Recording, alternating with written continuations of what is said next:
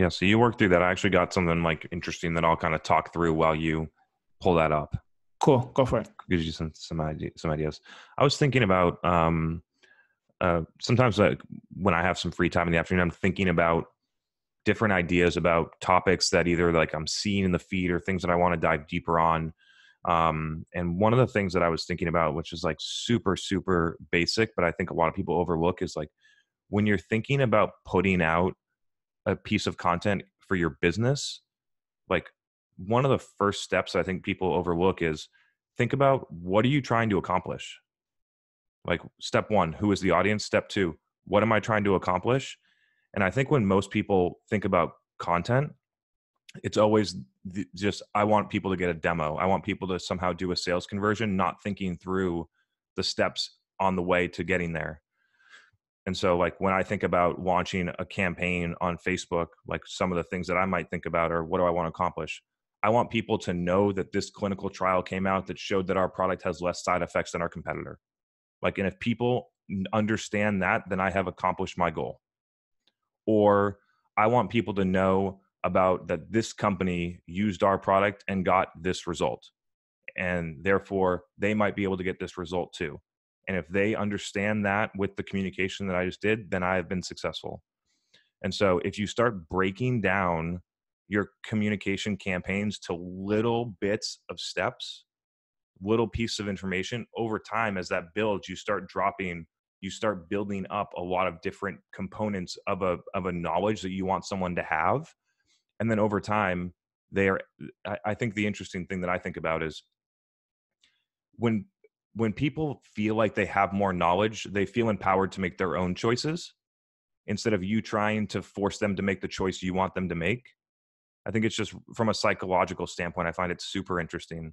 And so that's something that I've been thinking a lot about. I think you could maybe it was too heady, and maybe I haven't fully thought through it, but that's something that I've been thinking about a lot, trying to articulate the way that I think about like running a case study campaign, or why it makes sense to spend $3,000 on a Facebook ad that talks about a statistic that has nothing to do with our product directly, because I'm trying to add a little piece of information. So when I have, like, for instance, you have a market, let's say it's 50,000 people.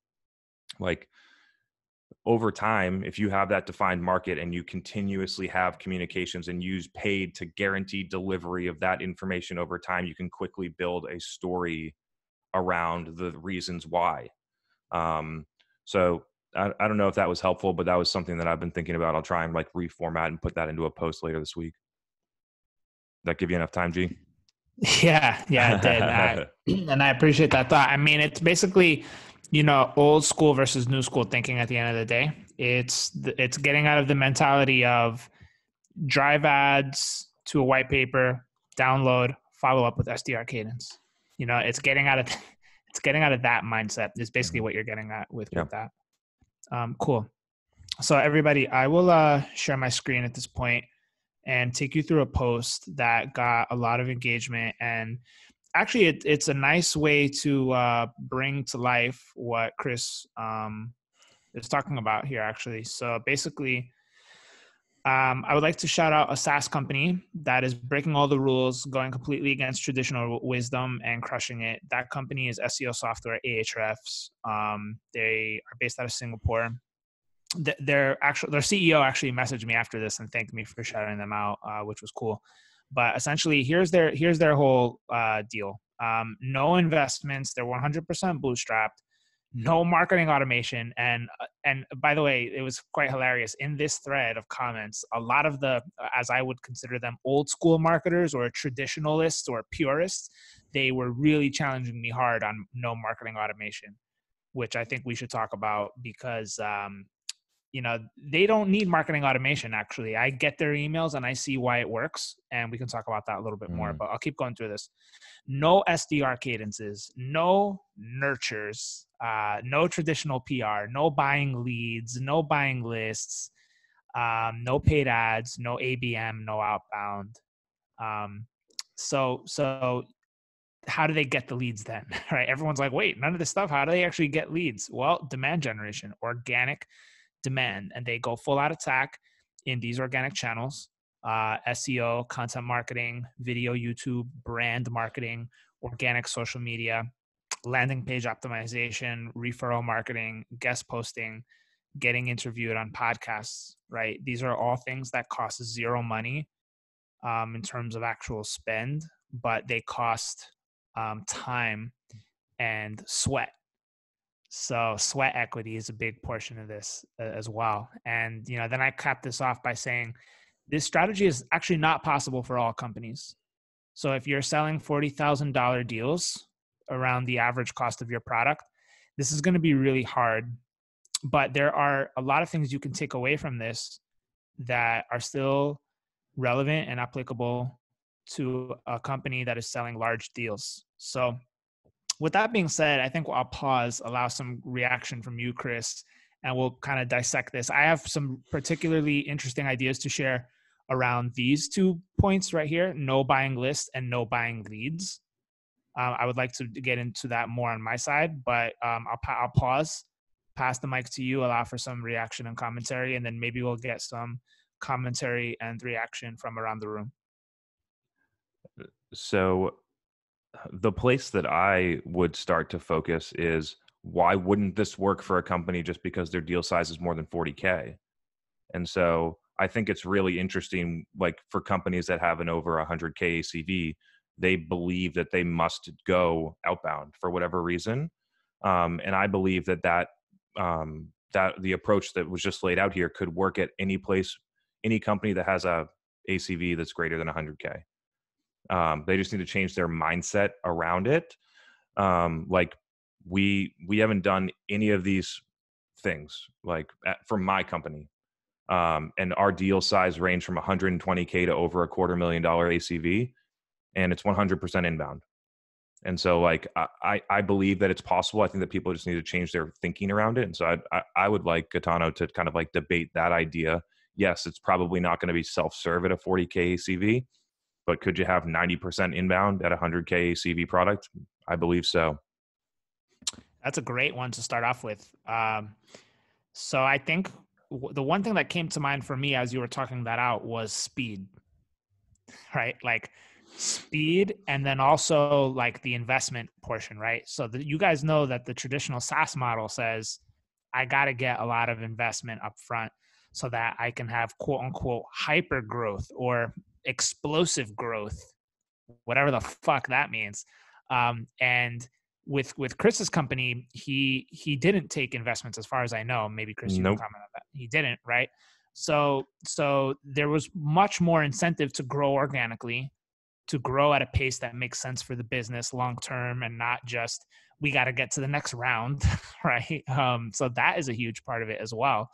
But yeah, there is this sort of plague thinking, this stigma in thinking that, okay, if we're selling huge deals, fuck inbound, fuck brand, we just got to go hardcore guerrilla style outbound marketing, and we need a huge SDR machine, and we need to just go all out in cold. We need a cold calling machine. We need to do minimum 100 cold calls a day.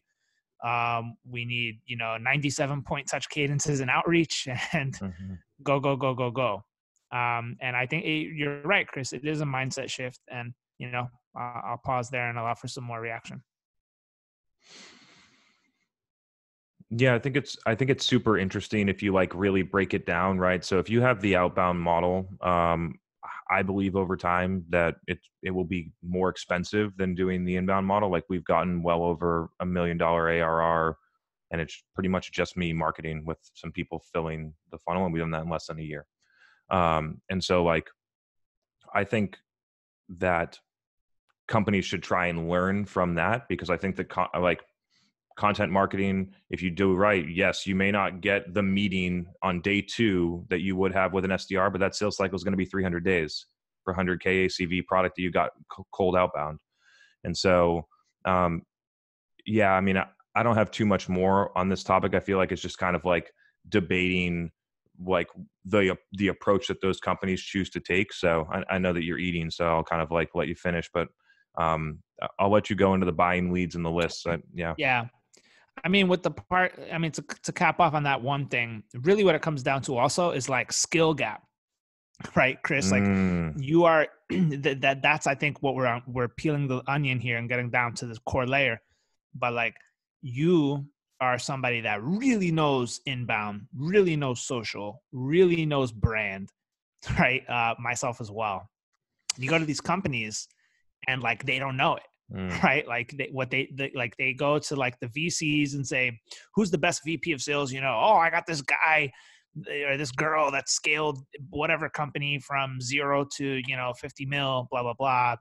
And those are all outbound practitioners and outbound scientists, right? So they just try to basically repeat the playbook that that worked in 2008 to today.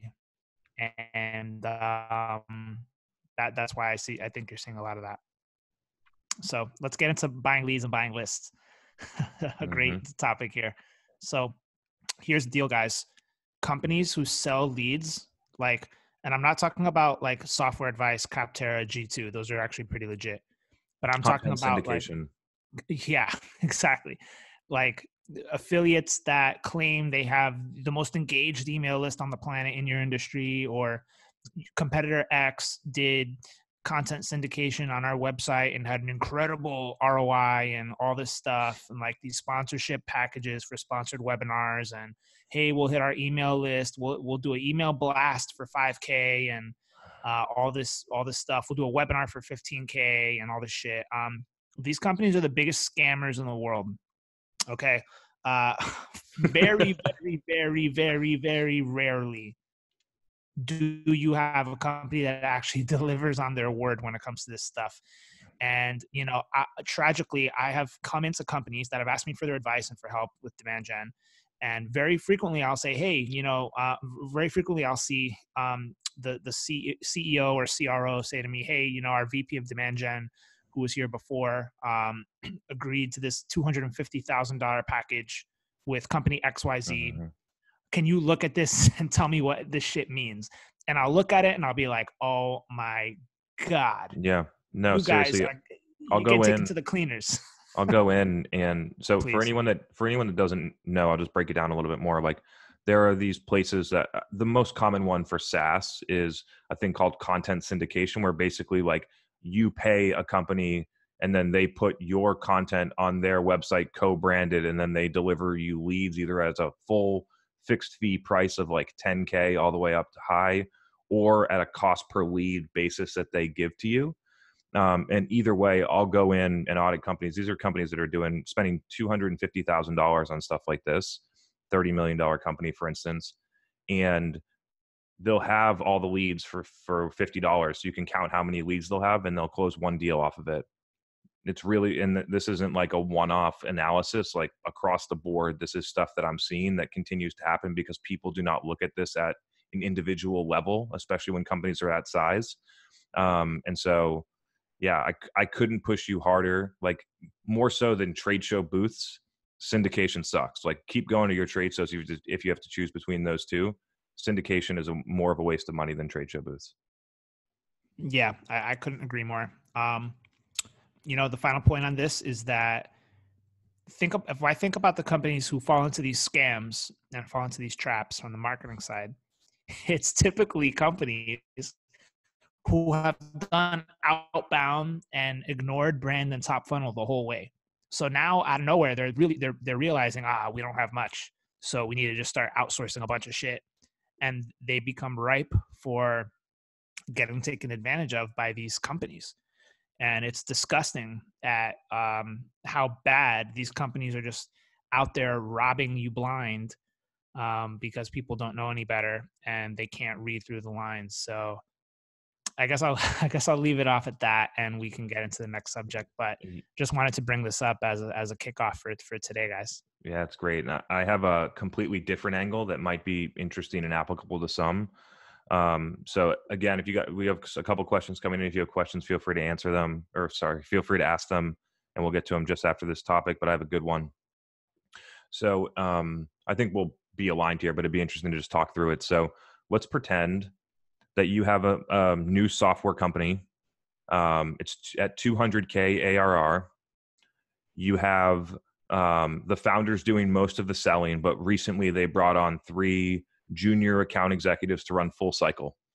Okay, full cycle, for those that don't know, is you do your prospecting and your closing together, not an SDR and naive split model. Okay, so they're full funnel AEs, no demand gen and no marketing employees. Yeah, you're outsourcing a little bit of content.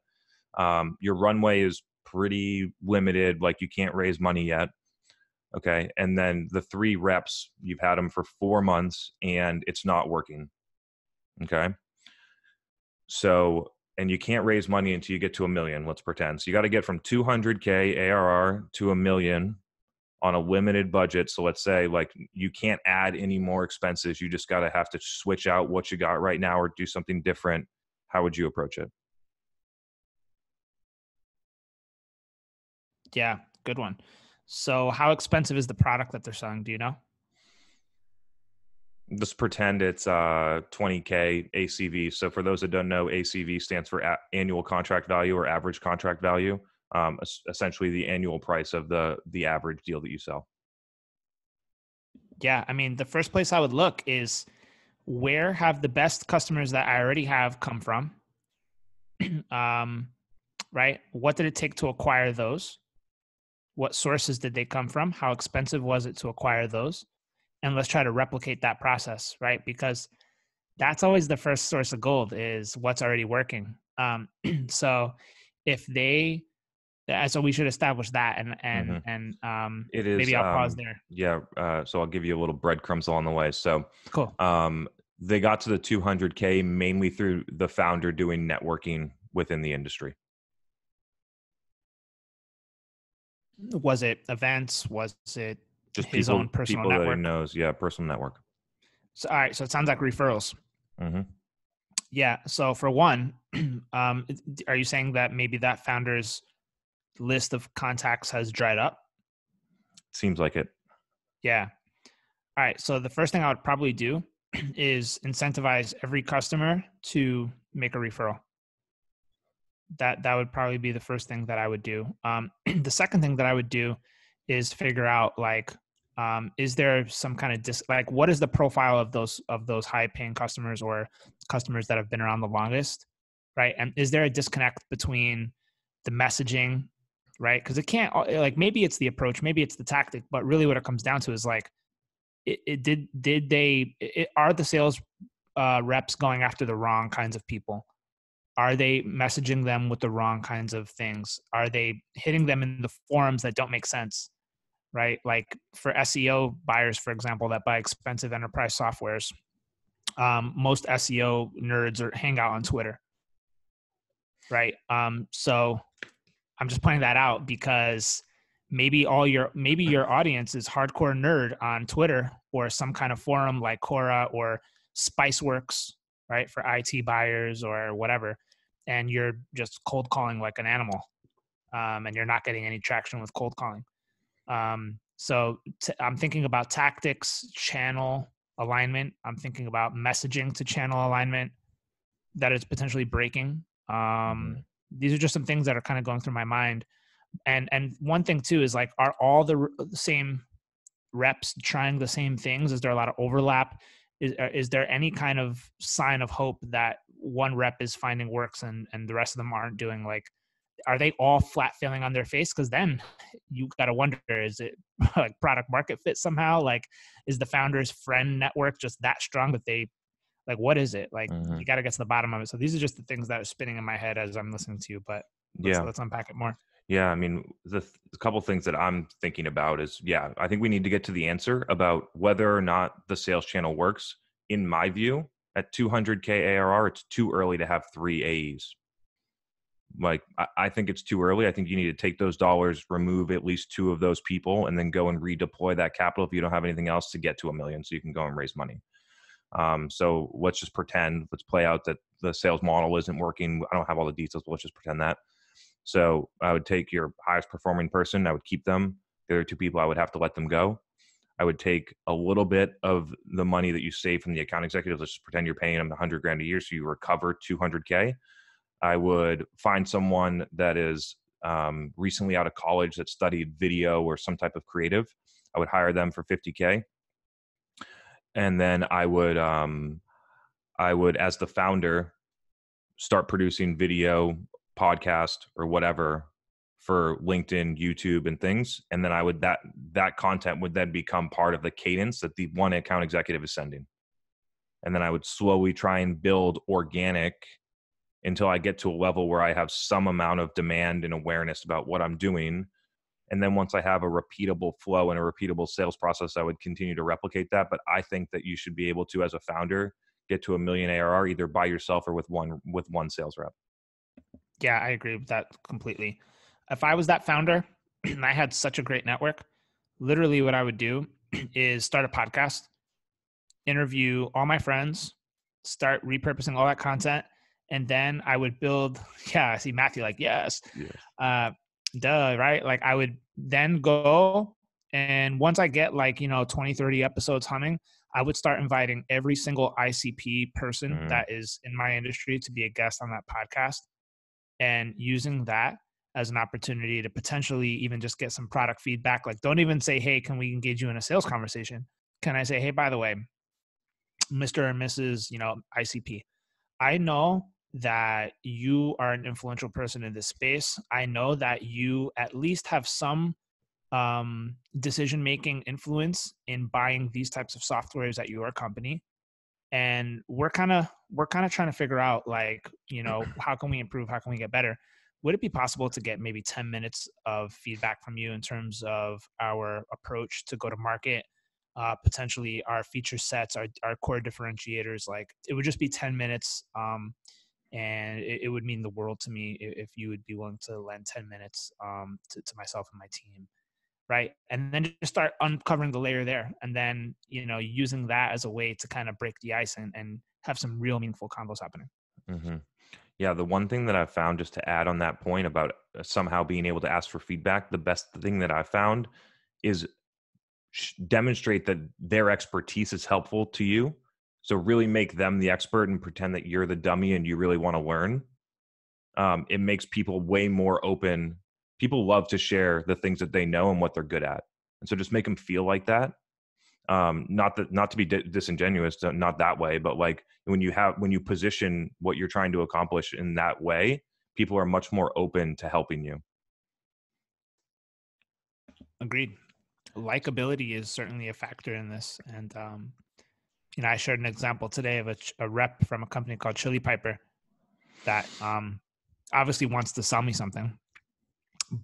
Right? Let's not forget about that. But in the way that they went about just staying top of mind, making deposits, as we always talk about, they did a really good job. And I'll actually put the link. I shouted this person out today and shared the exact template that this person used to create a deposit. Maybe I'll just share my screen and we'll just look at it real quick. What do you say, Chris? Yeah, go ahead. And we got a couple questions here that I got my eye on too. Okay, perfect. So we'll do this, then we'll go to the questions. So sharing my screen right now, guys, and you should be able to see this. All right, so this goes back to a couple of things. One is, no marketing automation, right? Especially now during COVID. Last thing you want to do is put people into a 10-point outreach cadence, right? So this is what he said. He said, no gift cards or sales pitch here, because he knows how he reads my shit, obviously. So he's saying, I wanted to continue to say thanks for posting great content on LinkedIn. I always love to hear your advice and hot takes, and truly appreciate the genuine and open posts regarding your brother's battle with COVID. I'm also glad to hear he's doing better. So yeah, full disclosure for everybody, my youngest brother was very, very sick with coronavirus, and he's recently doing better. He's recovering, so he's looking good. So thank God for that. But I posted about it. This guy saw that, right? So empathy, he's reading my shit. He gets it. Then he's going, the other week, I even saw your post about the roll up the sleeves mindset, getting in the trenches. You mentioned your CEO. I believe this has been really important, especially in a situation like this. Then he's talking to me about some stuff in his life. He got promoted to SDR manager as a result of my advice. So he's trying to make me feel good about that. That's kind of a stretch, but you know, I respect it. And he's sharing a GIF or a GIF, whatever, about how that product works on how it would look working on our website. When someone completes a form, it would take them right to a calendar invite to connect with sales. And then the bottom was, this is inspiring for me. Hope Nextiva as well. I look forward to grabbing a beer or coffee with you sometime in the future when travel is a thing again. Until then, take care. So the point, guys, that I want to make with this is he did something really unique. He went so out of his way to research me and to be personal that it made me want to respond. It would actually make me feel bad if I wouldn't respond to that. Like, not responding to that would actually make me feel bad. So that's the takeaway, I think, is like, for your sales teams, their outreach has to be so good that if your prospects ignore them, it'll make them feel bad. How can you get to that point? How can you get, you know, to that level of detail and personalizing and just realness in your cold emails and cold approaches, that would make someone feel bad by not responding? And that's what I'll leave it off at. Right on. So we are going to jump into questions. The first question tonight is from Matthew. I'm going to unmute you if I can. Let's hear it, Matthew. All right, thanks. I appreciate all the guidance you guys are putting out. I really do. My first question, Chris, I know you've got some experience on the healthcare side of the house, is, and I know that this is industry specific, but I'm uncertain whether medical technology or medical device companies, I am certain that they suck when it comes to inbound marketing and having that approach. I'm certain of that. I'm just uncertain if it's too much of a paradigm shift to offer them inbound services. And that's my question. Mm-hmm. Your thoughts? I can answer this for you very simply because I've done it myself. When I started this company, I thought that medical device companies were going to be my client. And because I already had a success story and took a company from 100% outbound and got them 33% of their revenue at a pretty significant several $1 million in inbound revenue in 12 months and had a great success story about it, I don't think anybody wants what we're selling right now. I think that there needs to be more demand in that industry to sell the stuff that we're trying to sell. So you can either be early and have it be difficult to get clients up front, or you can wait for them to be ready. Great. And then part B of that question, Chris, is, and also for you, G, is any great examples of, say, content marketing or brand awareness in making them a scalable and profitable agency offering? Could you ask that a different way? I'm not sure I understand. Yeah. Is there a profitable model for agencies to offer up content marketing or brand awareness that leads to demand gen? Is it scalable, and is it profitable? And if so, do you have any models? Mm-hmm. I have maybe it's unique. I haven't heard a lot of people have this position that I have, which is that, like, when I think about offerings for clients, I think about it as if I was them. And if I was them, if I was the VP of marketing that was looking for content writing outsourced, what I would want someone to tell me is that you need to figure out how to do this in-house because you need to be the expert and you guys have the knowledge and you know the product and you know the market and you knew all these things. And if you want to be successful in 5 years, you need to figure out how to write your own content and produce it. And so for all of those reasons, that's why my company does not write content or try and produce it. We just help companies figure out how to do it themselves. So is there a scalable way to do it? Yes. I believe that there is. The way that I've found is to just help people figure out how to do it themselves. And so maybe there's something in there, like a scalable way might be $1,000 course for how medical device companies could do that. There's a lot of different iterations to accomplish that goal other than you actually doing it for them. Gee, really interested in your opinion on that. Yeah. So Matthew, it's a really interesting question. I think back to like how I've bought services from companies who create content marketing for tech companies and stuff. And I'll tell you about them. So one company positioned themselves as this. Our content is very specifically this thing. This is the content that we specialize in. Content that is meant to rank in search engines, and it's long tail informational content that is all oriented around the target keyword. So let's say, I don't know, I'm just going to throw a thing out there. Like, let's say your company really wants to rank for terms like customer service strategies. Then that agency would produce a guide on customer service strategies that is meant to rank and get organic traffic. So they specialized in that specific kind of content, and they crafted their offering tailored to people like me who would want that service because they know I care a lot about building organic traffic, building organic presence, building backlinks, right? So they didn't position themselves as content marketing agency that does case studies, that does this, that does that. They said, we specialize in this. And that can work. That can certainly work. I also know other agencies that say, our specialty is case studies. Like, we have a process, we are the experts. They brand themselves as the best at producing B2B case studies. And they go very niche in that lane. They show, they basically market themselves to B2B companies who need that service, and they stay there. So I will leave it off at that. Whereas in terms of scale, that's tough. That's a scary word, a word I don't really like.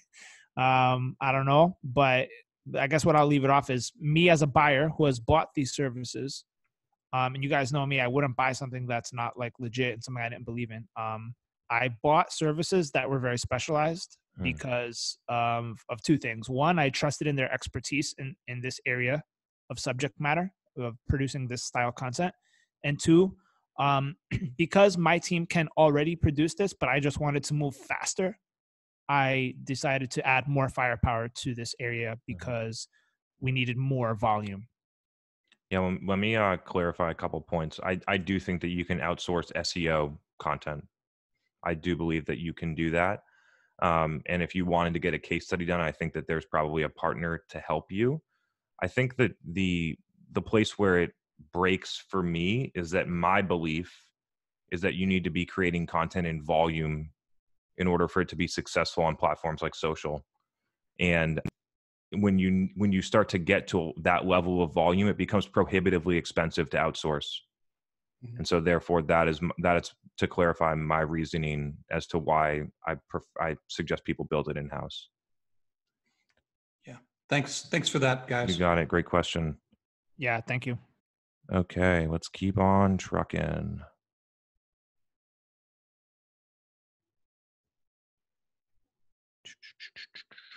We got another one from Matthew. All right, Matthew, let it rip again. Where are you? Actually, you know what, Chris? You actually answered both of my questions. Cool. I appreciate it. Yeah. All right. Okay, so we got another question. George, you want to drop that one? Let me see. Otherwise, I'll answer it.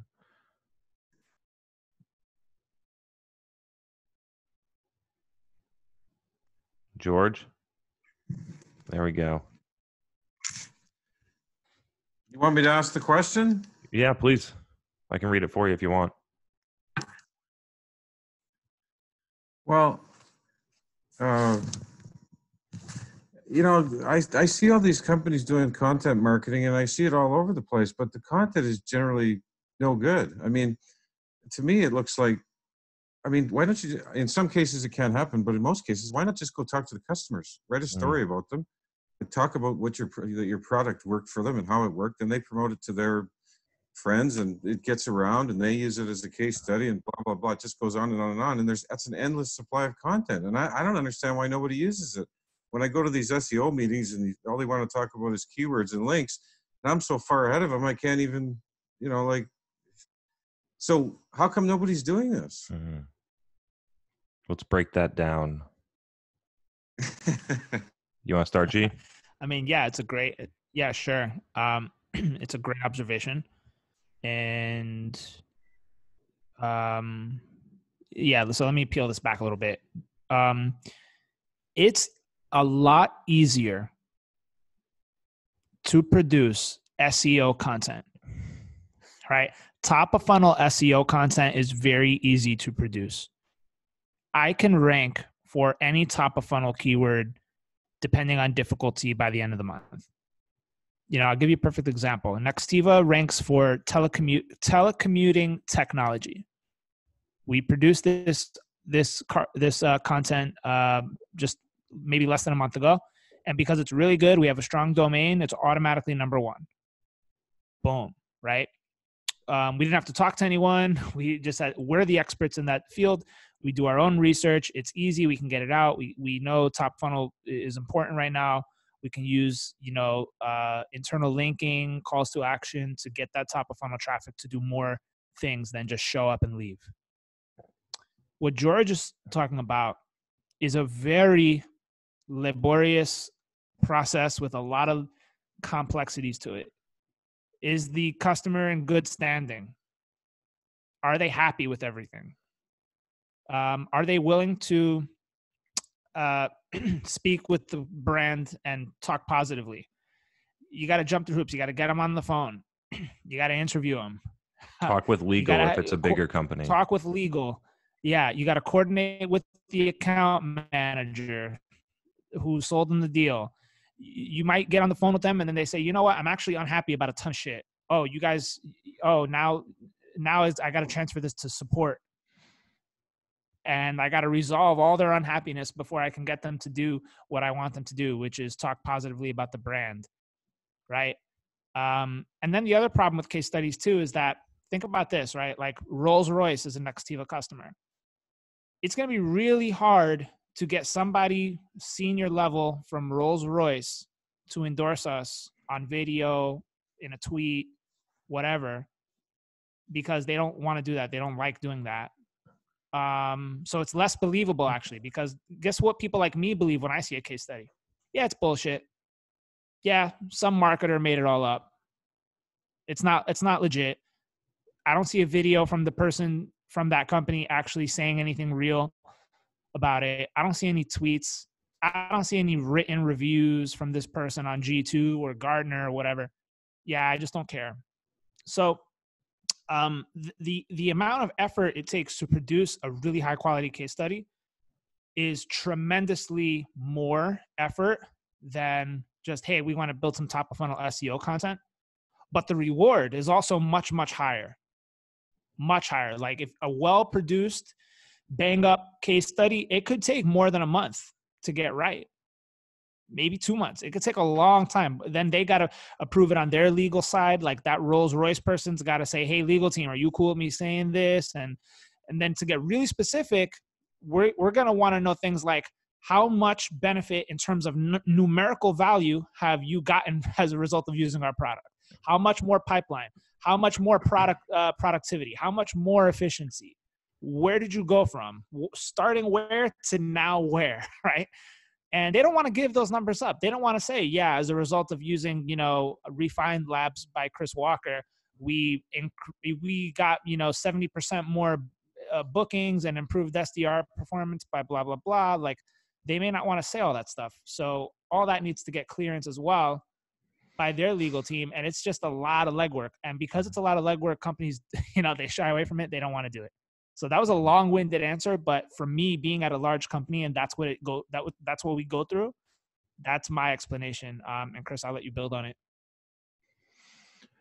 Yeah, I mean, aside from the case study being hard. Like, I think there are other avenues to create content with either your customers or even better with people that are not your customers that might be, right? And so I think in general, people don't do it because it's hard. And the second reason is because they're not incentivized to do some of these things from a metric standpoint, which is why the last thing is, which is why you see content so much that's not good, is because they're not writing it for you to read it and enjoy it. They're writing it so that they either rank in SEO or so you fill out their form to get the ebook and then they can sell you something. And so if you are producing content, 100% mindset should be on how do I make an impact, a positive impact on the person who's reading it, with no thought about how it makes it somewhere into a sales funnel. And because you think that way, you create content that's actually good, which then leads to people at some point recognizing you and moving into a sales funnel if they decide that your product is right for them. It goes back to what I said at before. If you provide information and you create awareness, then people are empowered to make their own choices. And then it comes down to, do you message your product well enough? Do you have the right ideal customer profile? Is it positioned appropriately? Is it priced appropriately? Are you in a market are you in a market or product where people need something? And I think that is a really interesting, like, kind of way to win. So, yeah, those are kind of my thoughts. I'm a big fan of case studies, whether or not people, Gaetano has a different perspective than the CNC machinist, that is reading some of the case studies that we might produce.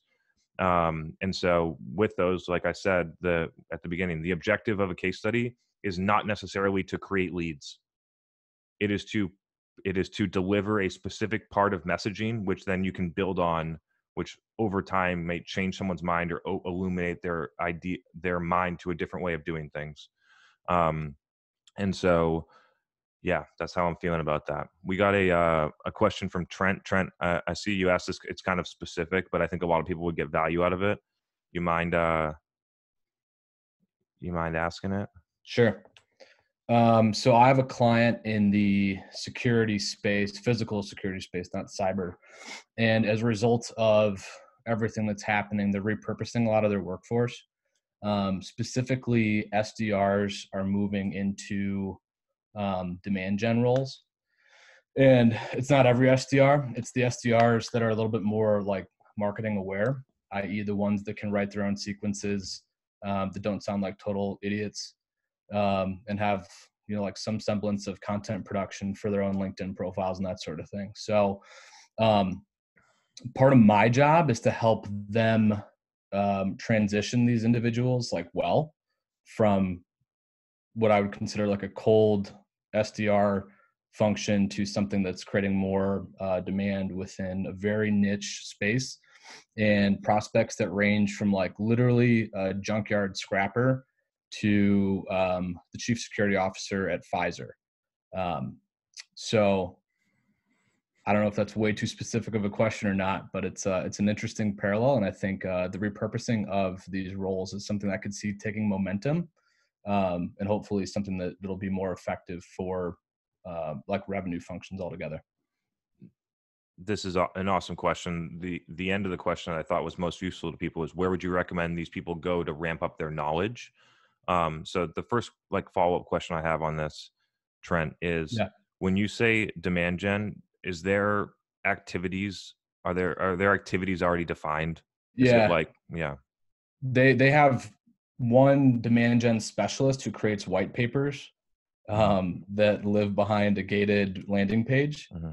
And that's it. And then like the distribution for that is like maybe some paid stuff if a regional retailer has like more than 20 locations, then like they'll run paid ads towards security folks within that account per se.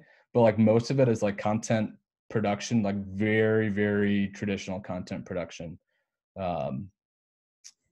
versus like what I see like you and G doing. Mm-hmm. G, you want to take this? I got a couple ideas. Yeah, I mean, there's so many thoughts going through my mind, Trent, as you're saying this, man. So, all right, I guess let's try to break it all down because there's a lot of components to it. One component is like, how can an SDR move into demand gen? I guess is really like the main theme. Yeah.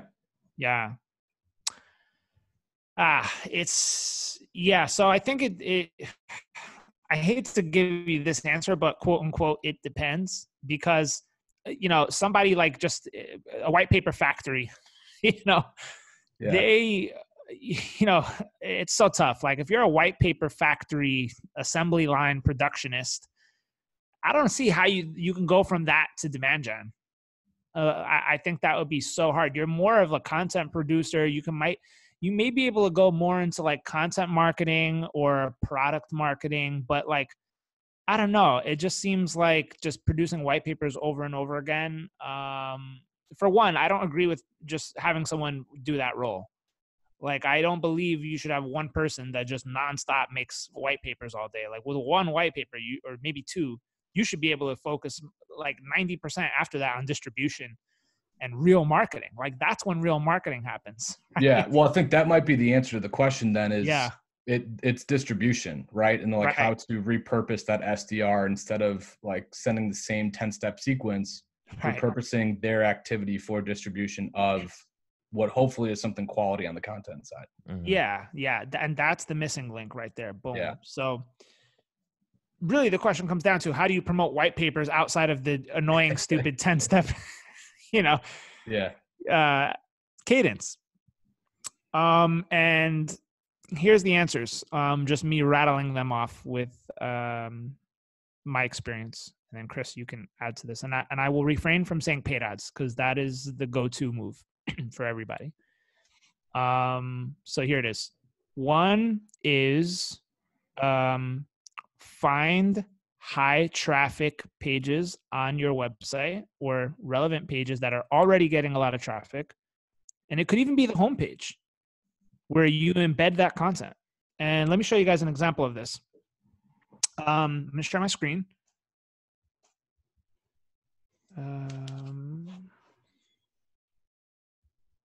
Yeah, cool. And I'm going to go to Nextiva to show you the example. So we came up with a really cool and exclusive research report called the 2020 State of Business Communication Report. And we surveyed 1,000 professionals in collaboration with Polycom, now known as Poly, and AAISP, the American Association of Inside Sales Professionals. And we found all sorts of cool statistics, like, by age range, what are businesses doing to communicate remotely? And there's data in there that shows that, VPs and C-level folks hate video chat, whereas the younger age brackets love it. And there's all sorts of cool stats in here that are completely unique that we researched. We surveyed the market and our customer bases to get this information. So we embedded it on the homepage because it's high value, it's exclusive, there's nothing else like it out there, and it deserved prime time promo, right? So that's one way to get eyeballs and traction to an asset. Another way is to do guest posting on websites that have overlapping audiences that are credible and that you want to bolster your position in terms of thought leadership on, right?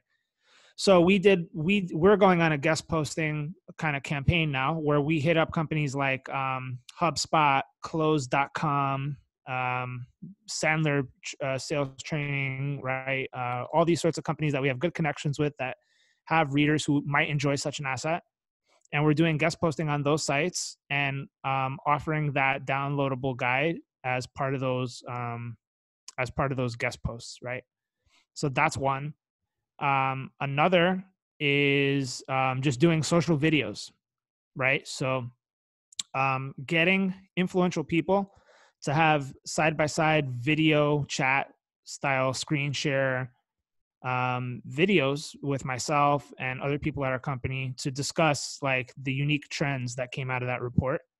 And we're doing videos on social media, organic, to drive awareness to them, and then asking people to check it out that way. Forums as well. There's all sorts of places where you can drop links to your ebook and answers marketing and forum marketing, like Quora, Spiceworks, things like that. And I think that's it. I'll pause there. I don't want to ramble too much, but Chris, if you have any other ideas. Yeah, I'm going to answer this a little bit of a different way, which is like, where would those people go to get a base of knowledge that then they might be able to use? And so honestly, where I learned most of the stuff that I now implement on demand gen, I learned on YouTube. Like if you spend enough time on YouTube and listen to the right people, you will acquire knowledge, but 70% of actually learning something is doing it yourself. So you can only watch YouTube for a certain amount of time, and then you actually have to go and do it and learn yourself. So my suggestion would be to spend some time on YouTube or on a demand gen live session or something like this. I've invited them. They just haven't showed up yet. Yeah. The second step, which is kind of like just what you said, is you got to figure out whether or not they actually want that to do that job. Because if they don't want to do it, then they're not going to be successful. And so those are a couple ideas about some things that I would think about. And then I just there was something that when G was talking, I thought was really interesting. That's kind of unrelated, but I wanted to drop it in here, which is that one of the things for people that are a lot more advanced in demand gen to think about doing that I've been doing for like 4 or 5 years now is that when I see something that works on me, I like super analyze why. And so like it happened to me most recently, like 2 days ago, and I do it a lot, especially on Instagram stories, because I'm really trying to figure out in B2B how to make Instagram stories work to a level that's so good, because the CPMs are like $3 right now and LinkedIn CPMs are like 80. So if you get the picture, it's more than 20 times less expensive than a LinkedIn ad. How do we get it to work on Instagram? And so I like go through the stories, and at some point, like there's something I swipe up. I don't care if they're trying to sell me a t-shirt or $100,000 cybersecurity tool or what. It got me to stop in my feed and swipe up, and I'll back up. There's a little tool that you can use to record your screen, and I'll record the ad. And I'll take a video of that ad, and then I'll also swipe up again, and I'll go and I'll take screenshots of the landing page. Because then I'll look at the landing page and say, okay, like it got me to swipe up, but why didn't I convert? Like what were they asking me to do? What information would I have needed? And so if you start to look at like your own behavior, you'll get interesting insights as to what you might be able to do differently for your own buyers. So I just gave you the Instagram story example, but if you go to YouTube and there's a pre-roll ad and there's like some scumbag trying to get you to buy a $5,000 course, like why didn't you do it? You know what I mean? Or another thing that a really interesting one that I've been thinking about recently and using it as an example is Monday.com has been able to grow. They just raised like, I don't know, another like $150 million at a $2 billion valuation or something. They built their entire company on like flawless digital execution. I look at their YouTube pre-roll ads. They have 75 million views on some of their pre-roll ads that I was seeing. And so I'm an Asana user, to be transparent. But the first time I ever ran into a challenge with Asana where there was a feature I didn't have, I didn't like ask a friend. I went to Google and I searched Monday.com.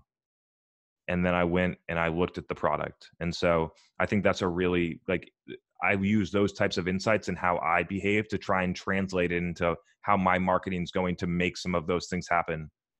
None of that stuff is tracked. Like all the stuff from Monday.com, none of that stuff is tracked. They don't know that that's how I got the journey. They didn't know that I ran into an issue with Asana. They didn't know that I anonymously searched their brand in Google. But those are the insights that you need from a psychology standpoint to try and understand how you can help buyers do those types of things for whatever you're trying to accomplish. That's awesome. Thanks, guys. Yeah, man. Yeah. Yeah. Let's see. This is kind of like we'll get this question from Matai. It's kind of like the question we asked, we answered a little bit earlier. We'll see if we can take it at a different angle or something like that. how would you start a marketing campaign for a bootstrap company that has 0 customers and no marketing specialist and just got an MVP ready? I got an interesting approach on this one. Yeah, Chris, you take this one and then I'll add on to whatever you say. I'm curious to hear your idea. So this is quite a different, unique approach, I think, but I think it's an interesting thing to at least consider. Is when you have 0 customers and you have nothing and you have an MVP ready, the first thing that I would do is I would give it to 10 people for free.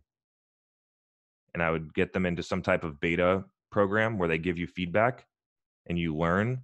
And then if your product actually delivers, then they're going to go and tell people about it and you're going to get some customers organically. Like, I think that is a super interesting way to go about it. So you win both ways. They like the product, they use it, and then they tell people about it.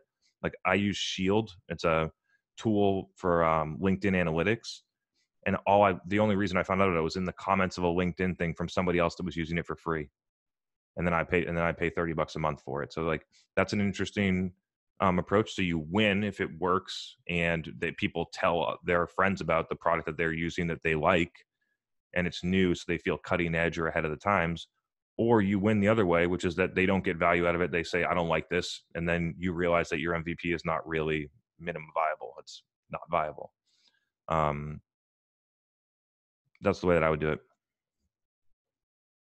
Yeah, I mean, I don't have much else to add than that. I mean, if you're MVP product, and you're one of those copy products that you just copied, another example of a proven model, well, then you just kind of need to, like Chris said, you don't really need product market fit. You already know you have it.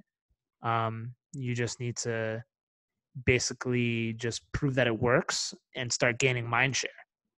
And an example of a company that did that was Mailshake. You check out Mailshake from Sujin Patel. But if you study that guy's marketing, because he got that off the ground, bootstrapped, organic, right? And he's a beast of a marketer. He knows his shit. But I mean, he didn't go into like a brand new industry that needed a ton of validation on the product side. I mean, it was pretty much proven. It was a copycat of many other products out there. He's just marketing it better. So, I don't have really much else to add than that. Cool. Next question. It was actually through an email from, forgive me if I pronounce this incorrectly, but Dasha. You want to ask it, or I'll unmute you? Go ahead. Can you hear me? Yes. Yes. Hi. First, huge thanks for all the help. I just got a job about a month ago, and honestly, if it wasn't for you guys, I'd probably been already fired. Congratulations. So, I really appreciate that. So my question is how do you get customers to help you generate content? How do you ask, and when do you ask for testimonials that are not only annoying but quantifiable? My audience is very technical. They love case studies, and I'm about to write my first one, and I'm having an interview with this guy on Thursday. And I'm a little terrified because he accepted, which was already a good surprise for me, but I just not sure that I'm going to ask the right questions. And I want them not to give me a one-line answers, but have them tell me their story. So any best practices or maybe tips and tricks on keeping the conversation going and actually getting to those gold nuggets that you can leverage, that's not just something just blah that everybody seems to give nowadays. For sure. Yeah. Congratulations on the job, first off. Congrats, for sure. Thank you. I'm curious who you sell to. Sorry. Yeah. My audience is mostly test managers in semiconductor, aerospace defense, medical device industry. So it's essentially they're testing either components of the system or the entire systems. And my company is the one that makes the software and hardware to make this testing possible. Cool. So I think the place where I would start is to know that it's your first time doing it and just be okay with it and know that you're going to do the best you can. And over time, it's going to get better. Like, I think that's the first place to start. And then to get a little bit more tactical, I think a lot of people could get value out of this for a lot of different reasons. Is there's a question framework that I use that helps people tell you the real story. And that framework I call it fact, opinion, feeling. And so you start with a question that talks about a fact. So, you've been using this product how long have you been using this product inside of your facility, right? That's a fact. They can tell you the answer straight away. We've been using it for 5 years.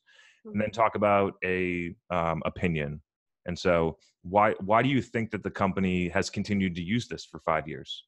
And then they share their opinion about why. So, okay, well, before we were not doing anything and I had to go and use this digital multimeter and it was so annoying. And so this thing really helps me. It saves me a bunch of time and I love it. Oh, you love it. So then you get into the feeling part, which is okay, so if this wasn't here tomorrow, how would you feel?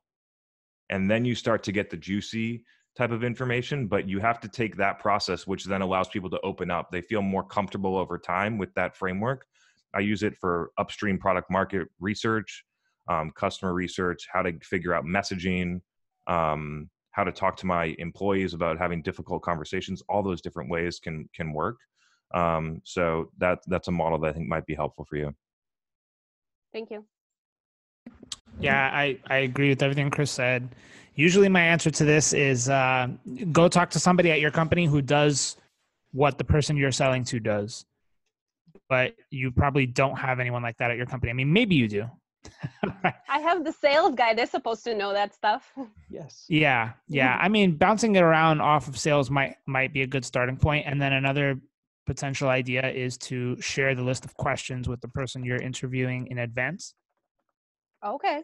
That might be a good thing to try, and just say, hey, I just wanted to send you the questions in advance to let you think about them and prepare what you might talk about. If anything seems way off, just please let me know. If there's anything you don't want to answer, or if there's anything that just seems like it doesn't fit, just feel free to let me know and we'll skip that one. But in order to respect your time and to make it a very efficient 30-minute meeting or however long it is, I wanted to give this to you in advance so that we can prepare and make it the best use of your time. That's awesome. Great. Yeah. I always love when people send me questions in advance, whether it's a podcast interview or whatever. So that should work. Okay. Right. I have another separate question if you guys have Happy time to do later it. on. Let's do it right now. Yeah. Okay. So being you in the company and just the background, they are bare bones. There's nothing. They got bought by another company out of Germany, and they spend 2 years stumbling through a very, very messy merger, and there's still a problem. Germany operates very separately from the company that I'm technically working for. So what I'm trying to do now is actually go out there, and that's actually taken directly from Chris's tip of the day, is go out and interview our customers and have them, tell the stories why did you choose us? What do you think? How would you tell about us to your peers or competitors? So that's the reason why I'm doing all of this, is because I'm trying to build out this customer personas and figuring out messaging. What are the questions in those kind of interview processes that you think are a must to ask? G, I'm going to put you on the spot. Yeah. So the question is, when you're doing the customer interviews, what are the must ask questions? Yeah, if your purpose of doing these interviews is to find out their whereabouts, find out what kind of messaging you should develop. And, I'm starting to slowly get all mountains of research that I've done on the past month and try to build out customer personas for each individual industry. So, of course, in the customer persona, you have your whole attributes, and there's firmographics, and there's the company size and individual cares, blah, blah, blah, blah, all that stuff. I'm looking for something that maybe I'm overlooking, or the questions that you believe are kind of if you're trying to interview this person to figure out your positioning, messaging, and your customer personas, what are you cannot skip? Otherwise, you're just going to miss out. Yeah. Okay, cool. All right. So here's a couple. Okay. How would all right, here you go. So what's the name of your company? My company? Yeah, or the company you work for? Conrad Technologies. Conair Technologies? Conrad. Conrad Technologies. Okay. Okay, so question is, how would you describe Conrad Technologies to your grandma? I love it. Okay. Yeah, that's one. That's a good one that I always used. Uh-huh. The other one is asking them, where do you consume content? What that's big, right? Because that's then you can start understanding where do they go online to consume content? What do they read? So ask them, what do you read? What kinds of podcasts do you listen to? What kind of media do you consume? And then ask them, what kind of content do you think is very valuable to this industry? And what kind of content do you feel is a waste of time?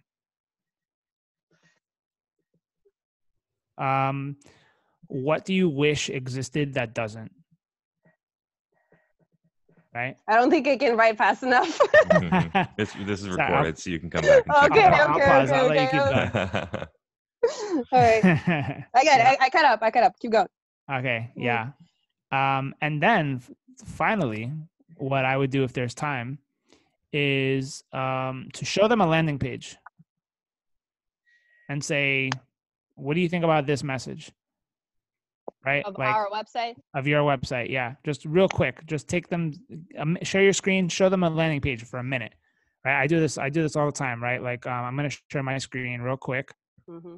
And I'm going to show you something that I'm testing. Hold on one second. Okay, let me show you this.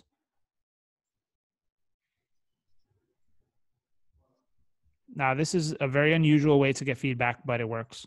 So the value prop that I'm proposing here is an enterprise VoIP system that helps IT managers sleep better, right? Or sleep better at night, right? And then under here, the subcopy is 0 outages. So we're talking about our reliability as a selling point, as a value prop.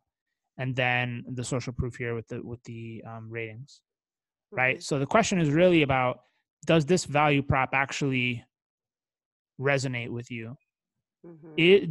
Before you go to bed or like when you're signing off of work, do you worry about outages or do you worry about security breaches?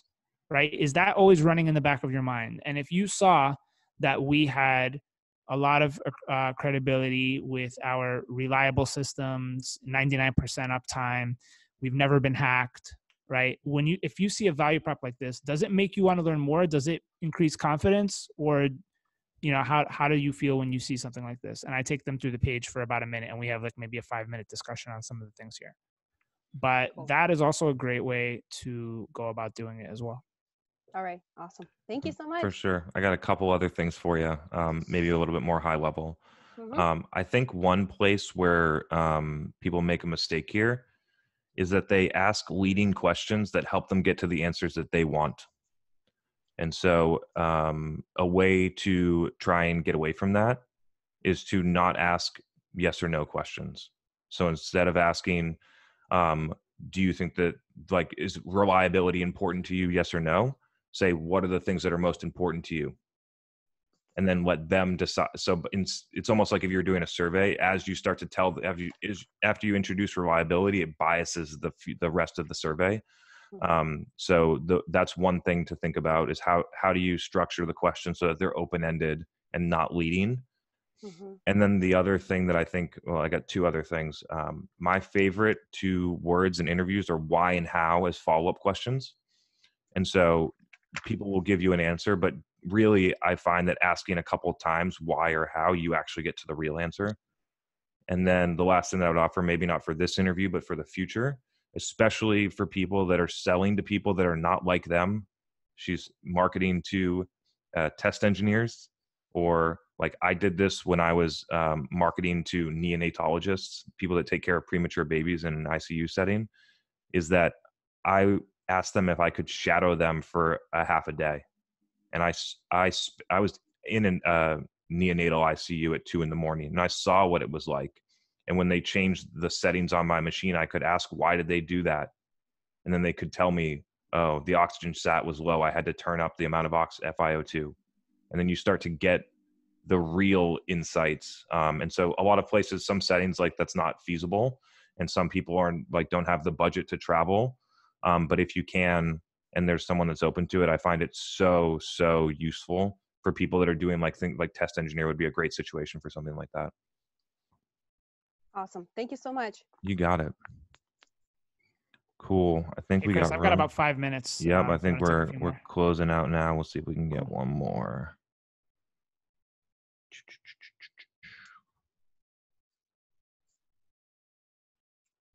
I think we might have them all, my man. You got anything to close on? I don't think we have any more questions. Yeah, man. I would just say thank you, everybody, for coming back. I still think back to the days of like when I first started marketing and I was horrible. And like, you know, now there's people that tune in to hear not just my ideas, but your ideas as well, Chris. And I thank you guys a lot. I'm glad this is helpful. And, you know, we'll keep it going for sure. So just want to thank everybody for tuning back in. I don't know if you have anything else, Chris, but that's all I got. Yeah, for sure. Super, super grateful. We scheduled this for an hour, and always we undoubtedly go over by a little while. So thank you for sticking with us. I know for some people, like in Europe, the time isn't very convenient. So G and I will talk about that offline. We did one on a Thursday at noon, so maybe we'll think about slotting one of those in every once in a while for the European audience to make that work. I think right now, something that you all are clearly doing because you're here is it's a great time to skill up, to like really think about what skill gap you might have or what place that you're already good at that you want to get great at, and take some time to do that. Or like I'll shout out Matthew right here. Like Matthew started his own podcast. I'm not sure when he did it. I'm not sure if what we're doing right now helped him get there. But he's like now off and running and learning something and doing. And so once you feel like you have that base of knowledge of something you either learned here on a YouTube video or on a LinkedIn post or through a friend or through a colleague, like right now you have some time to go out and get something done and be able to learn.